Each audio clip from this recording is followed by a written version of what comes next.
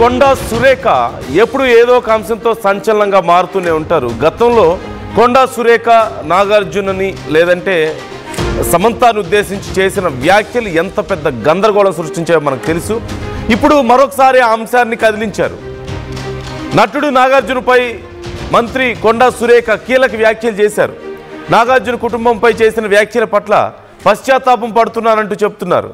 నాగార్జున కుటుంబాన్ని కించపరిచే ఉద్దేశం తనకు లేదంటూ ట్వీట్ చేశారు. నాగార్జున బాధపడి ఉంటే చింతిస్తున్నానంటున్నారు. తన వ్యాఖ్యల వెనుక ఎలాంటి దురుద్దేశం లేదని తన వ్యాఖ్యలను వెనక్కి తీసుకుంటున్నానంటూ వెల్లడించారు. గతంలో నాగార్జున కుటుంబం టార్గెట్గా సురేఖ ఎలాంటి వ్యాఖ్యలు చేశారో మనకు తెలిసిందే. సురేఖ వ్యాఖ్యలపై పరువు నష్టం దావా కూడా వేశారు నాగార్జున. ఈ నేపథ్యంలో గతంలో సురేఖ ఏం వ్యాఖ్యలు చేశారు, ముందు ఒకసారి ఆ వ్యాఖ్యలు చూసి ఆ తర్వాత ఇప్పుడు కొత్తగా ఏం ట్వీట్ చేశారు, ఆ ట్వీట్లో ఏం రాసుకొచ్చారో కూడా మనం చూద్దాం. ముందు ఆ వ్యాఖ్యలు చూద్దాం.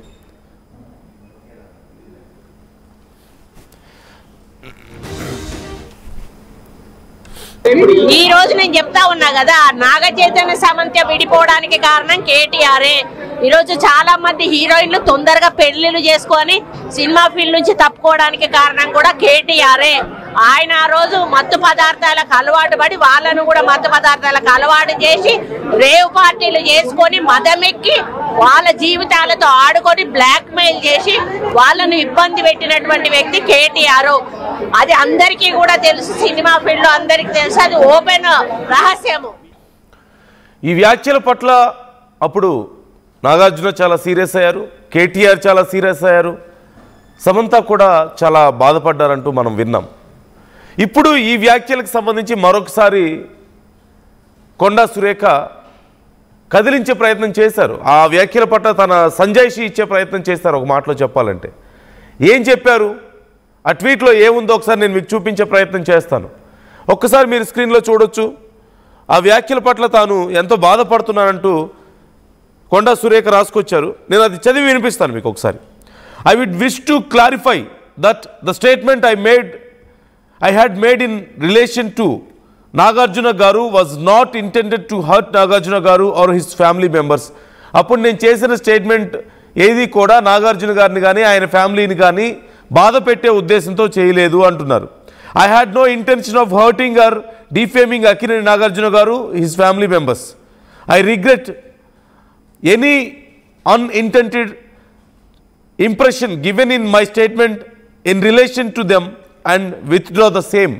నేను తాను చేసినటువంటి వ్యాఖ్యలను వెనక్కి తీసుకుంటున్నాను అని కూడా చెప్తున్నారు.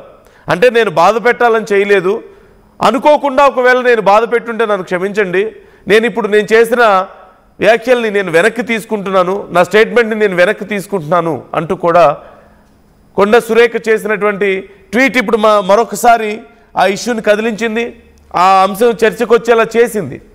అయితే ఇప్పుడు కొండా సురేఖ ఎందుకు ఈ వ్యాఖ్యలు చేశారు, ఇన్ని రోజులు ఎందుకు మాట్లాడలేదు, ఆ తర్వాత కూడా కొంత సపోర్ట్ చేసుకునే ప్రయత్నమే చేశారు, ఇమీడియట్గా తనేమి ఇలా రెస్పాండ్ అవ్వలేదు. ఎంతో పెద్ద చర్చ జరిగింది, అలాగే కోర్టు వరకు వెళ్లాల్సిన పరిస్థితి కూడా మనం చూసాం. సో ఈ సందర్భంలో ఇప్పుడు ఎందుకు కొండా సురేఖ ఈ వ్యాఖ్యలు చేశారు, ఒకవేళ ఈ విషయంలో తాను రియలైజ్ అయ్యారా, తప్పుగా మాట్లాడాలని చెప్పి రియలైజ్ అయ్యారా, ఇంకేదైనా కారణం ఉందా, ఇదే ఇప్పుడు చాలా కీలకంగా మారింది. మీ అభిప్రాయం ఏంటి, కొండా సురేఖ ఎందుకు ఈ వ్యాఖ్యలు చేశారు? ఈ అంశానికి సంబంధించి మధు మనతో మాట్లాడడానికి రెడీగా ఉన్నారు. మా మధు ఎందుకు ఇప్పుడు ఈ వ్యాఖ్యలు, అంటే రియలైజ్ అయ్యారా, తప్పుగా మాట్లాడానని చెప్పేసి రియలైజ్ అయ్యి ఈ వ్యాఖ్యలు చేశారు అనుకోవాలా, లేకపోతే ఇంకేదైనా కారణం ఉందా, ఇంత గ్యాప్ తర్వాత ఎందుకు ఇప్పుడు సడన్ గా మళ్ళీ?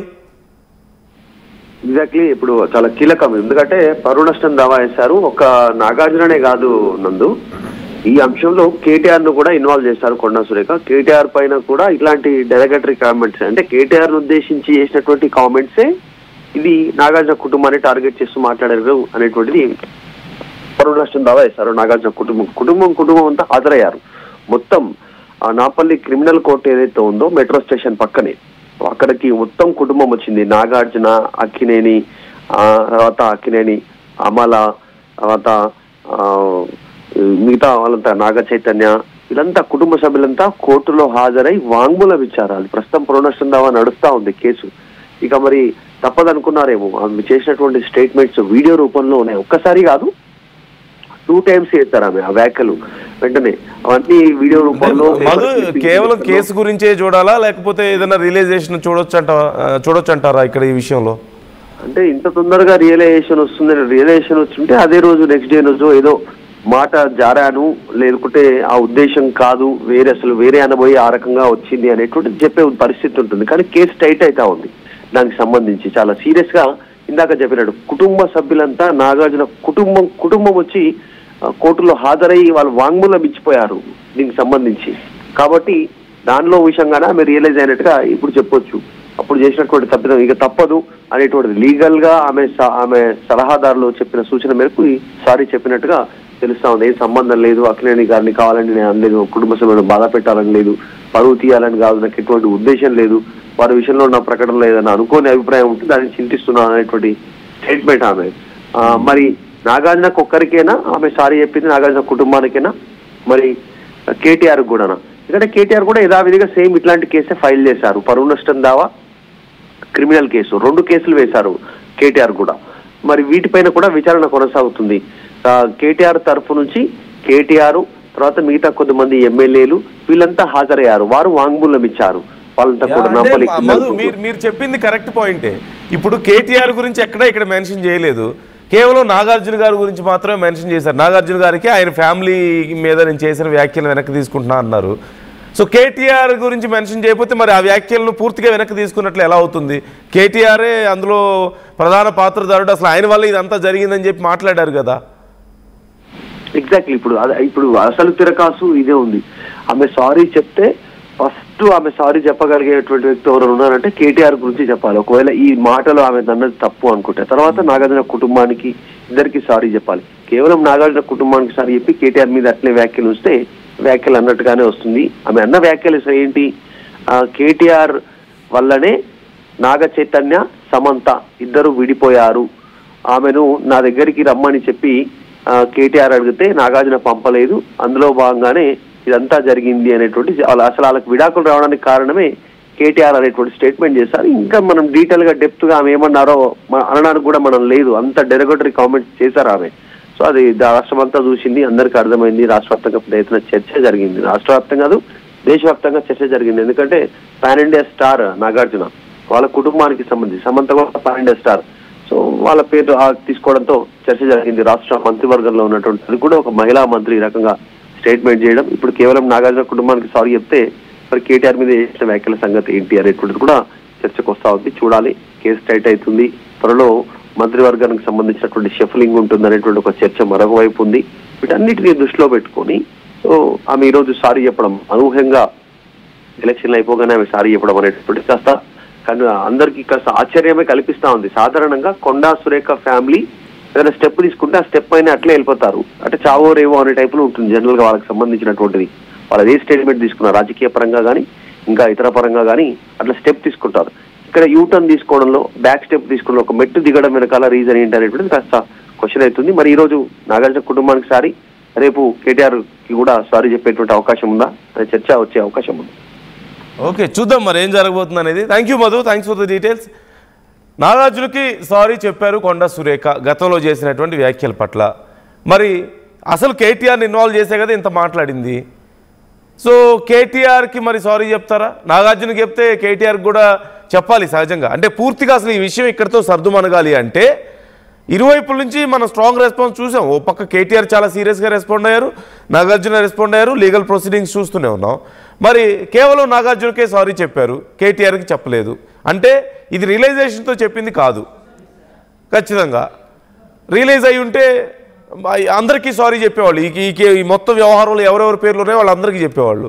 అంటే కేవలం త్వరలో మధు చెప్పినట్లుగా మంత్రివర్గ విస్తరణకు సంబంధించి షఫుల్ జరగబోతున్న నేపథ్యంలో మరి ఒకవేళ ఆ విషయం గురించా, ఎందుకు అనవసరమైనటువంటి గొడవలు మన మీద, అంటే మన మీద రిమార్క్స్ ఎందుకులే అనా, లేకపోతే ఇక కేసు ముందుకెళ్లే అవకాశం ఉన్న నేపథ్యంలో భారీగా మళ్ళీ నష్టపరిహారం కట్టాల్సి వస్తుంది కాబట్టి డిఫమేషన్ కేసు వేశారు కాబట్టి దానికి మళ్ళీ ఎక్కడ ఇది చేయాల్సి వస్తుందో, పెనాల్టీ కట్టాల్సి వస్తుందో అన్న భయమా?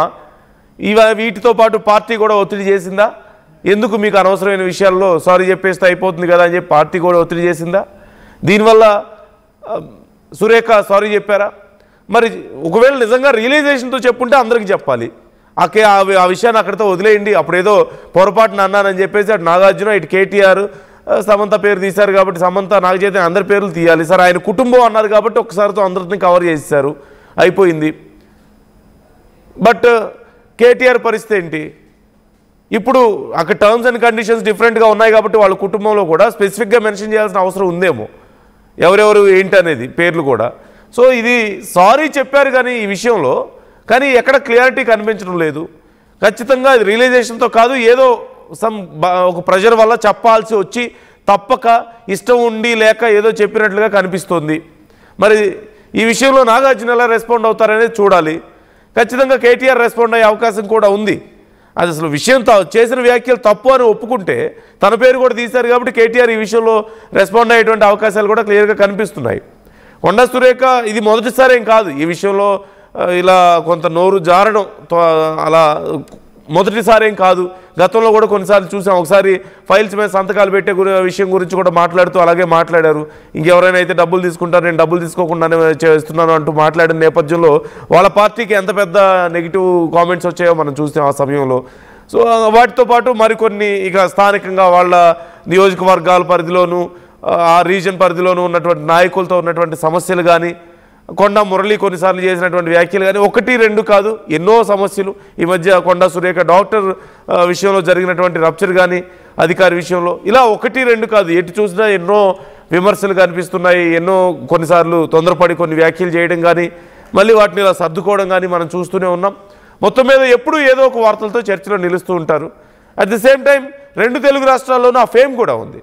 ప్రతి ఒక్కళ్ళకి కొండా ఫ్యామిలీ గురించి తెలుసు, వాళ్ళకి ఆ ఫేమ్ కూడా ఉంది, వాళ్ళ మీద సపోర్ట్ ఉంది, ఆ సానుభూతి కూడా చాలామందికి ఉంది. చాలామంది అభిమానులు ఉన్నారు 2 తెలుగు రాష్ట్రాల్లోనూ. సో ఇప్పుడు ఈ విషయం ఎక్కడి వరకు పోబోతుంది, మీ అభిప్రాయాలను కామెంట్ చేసే ప్రయత్నం చేయండి. మరొకసారి కొండా సురేఖ చేసిన వ్యాఖ్యలను నేను మీకు వినిపిస్తాను. గతంలో చేసినటువంటి వ్యాఖ్యలు, ప్రస్తుతం ఆమె చేసినటువంటి ట్వీట్ నేను ఆల్రెడీ మీకు స్క్రీన్ మీద చూపిస్తున్నాను.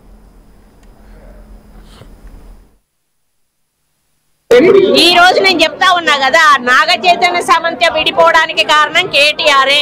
ఈరోజు చాలా మంది హీరోయిన్లు తొందరగా పెళ్లిళ్ళు చేసుకొని సినిమా ఫీల్డ్ నుంచి తప్పుకోవడానికి కారణం కూడా కేటీఆరే.